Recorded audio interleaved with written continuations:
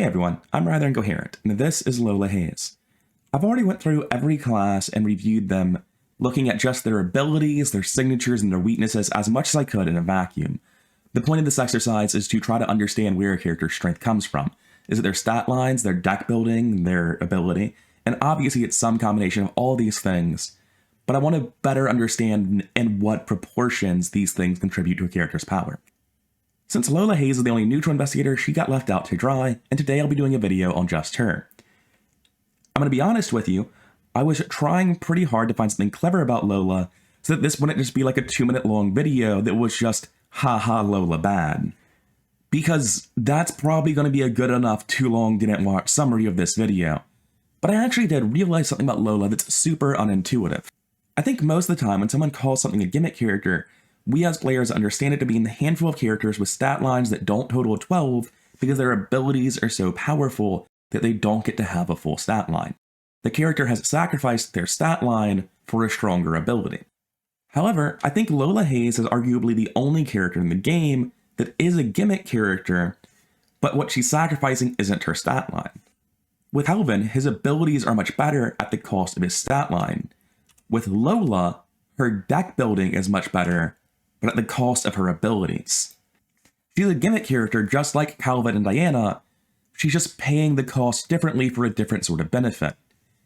In this series, we do our best to judge these abilities from a vacuum, as much as we can disconnect it from the rest of their strength, but because Lola's giving up her abilities for her deck building, they're very intrinsically tied. And before we start with Lola's ability, I think we actually need to start with her weakness, because it's going to influence everything else so much.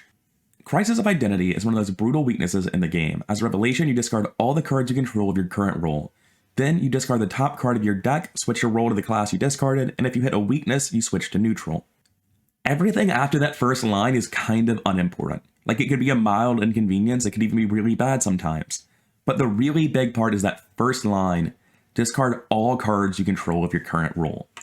So when we go evaluate the rest of this stuff, remember, there are 2 cards in your deck that say discard all cards you control of your current role. That doesn't include your hand, thankfully, otherwise Lola would be unplayable, but it really affects how you're going to be managing your assets. So coming over to Lola's ability, she has the Forced ability. After you draw your opening hand, choose a role. You can only play, commit, or trigger abilities on neutral cards or cards of your role. So even though I can build a deck with any card in it, I'm not allowed to play all of these cards together. The most broken interactions are still going to be stopped by this effect. Now as a lightning bolt, you can switch your role once per round. That lets you do a little bit more, but not a whole lot in terms of broken interactions. As a star, you can switch roles. Honestly, that's basically blank. I wish that was helpful, and it will definitely have a little bit of positive impact where it gives you the ability to do things you weren't planning on originally. But generally speaking with Lola, the reason you're in a role is to play cards from that role. Being randomly told that you're allowed to switch roles is just like, oh, that's cool, but I'm playing in Survivor because I want to play red cards. Most of the time, this is looking pretty blank. So right away, you can see that unlike every other character where their card text actually said something positive, Lola's card text is only restrictions. The ability to switch roles looks like a positive, but if it weren't for that forced effect where you choose roles to begin with, you wouldn't need it. Lola's character card only makes her weaker. It's really hard for me to have a positive opinion about Lola when passively she's not getting anything from her character ability and her stat line is bad. Almost everyone else in the game is walking into the scenario with 4 irrelevant stat and an ability that does something, and Lola just has neither of those things. Coming over to Improvisation, it's unexpected courage if you commit it, or it's a 0-cost event. It's fast, play only during your turn, switch your role. Till the end of your turn, reduce the resource cost of the next card you play of your role by 3, draw 1 card. As far as character cards go, Improvisation's one of the better ones, to be honest. You get 2 copies of what is essentially fast emergency cash level 2 that commits for unexpected courage. Credit where credit is due, Improvisation is actually very, very good. It's pretty much always going to say gain 1 to 3 resources, draw a card as a fast action. And if you don't need those things, committing for 2 wild isn't nothing. Improvisation is actually good. It might even be great, nowhere near enough to fix Lola's problems, but very good. But the real problem is Crisis of Identity. We've already read this one. The big one is discard all cards you control of your current role. The problem is that since you can only play, commit, or trigger abilities on neutral cards or cards of your role, that pretty much every asset in the game gets turned off if you aren't in that role. There are some forced effects and some passive effects, such as magnifying glass or kiosk, that will still come through. But the vast majority of effects in this game are going to be turned off when you're not in that role. And if you're in that role, then you're playing with the risk of discarding them because of crisis of identity. And as a result, instead of just like playing in a role to benefit from its stuff, and then switching roles to play new things and benefiting from that, or choosing what you want to be in, you do something very different. What you have to do is you have to play your assets in one role, and then switch out of that role immediately. What you want to do is have a bunch of passive book-boosting yellow allies and magnifying glasses, or something to that effect. Maybe you want to go with like Leo DeLuca and Gias, but the point is that you're trying to get assets that are passively doing something, and then never going back into that role once you've set up. There's a way to play around crisis of identity where it isn't just a weakness that says discard all of your assets, because if it was, it would be the most brutal weakness in the game, but it completely, fundamentally warps the way Lola must be played. So instead of building this deck that's like mishmashing together green cards and blue cards and yellow cards and has this crazy rainbow of cards in their asset area, but the reality is if you do that, crisis of identity is going to hit you.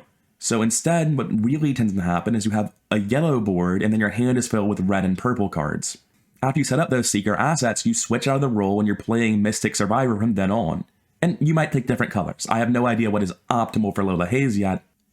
But the point of this is that Lola Hayes is a gimmick character. The point of her is you get this incredibly versatile deck building. And then everything else she has is restrictions to that deck building.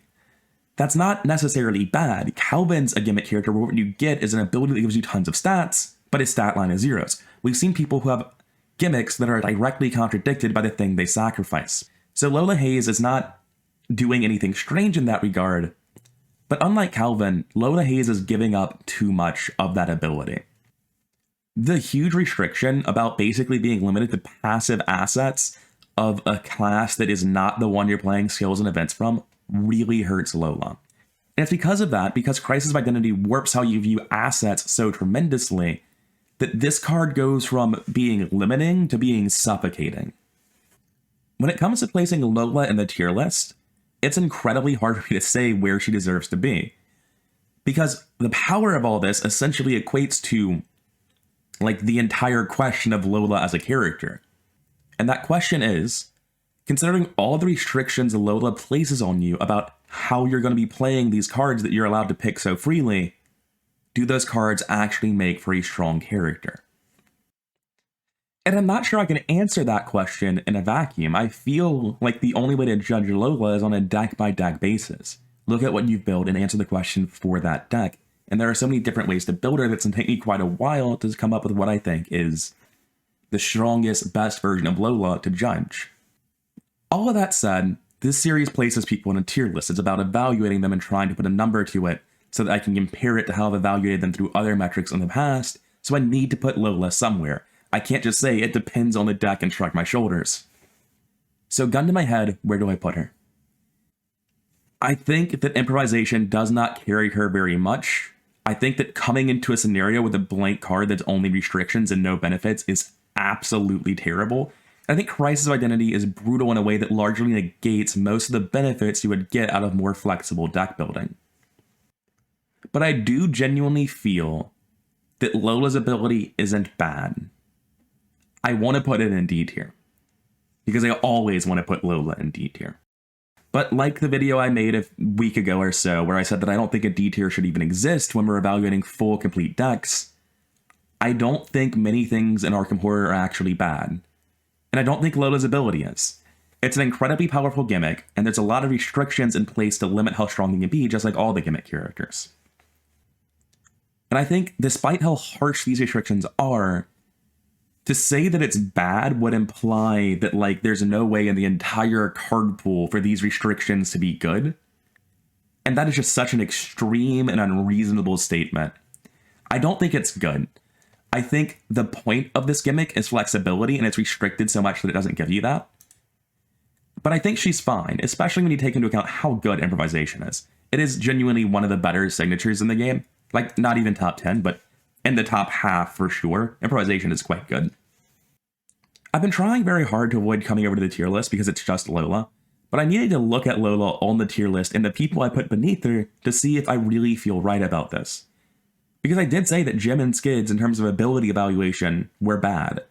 They were not technically detrimental, but they did so little that I could not in good faith call them fine.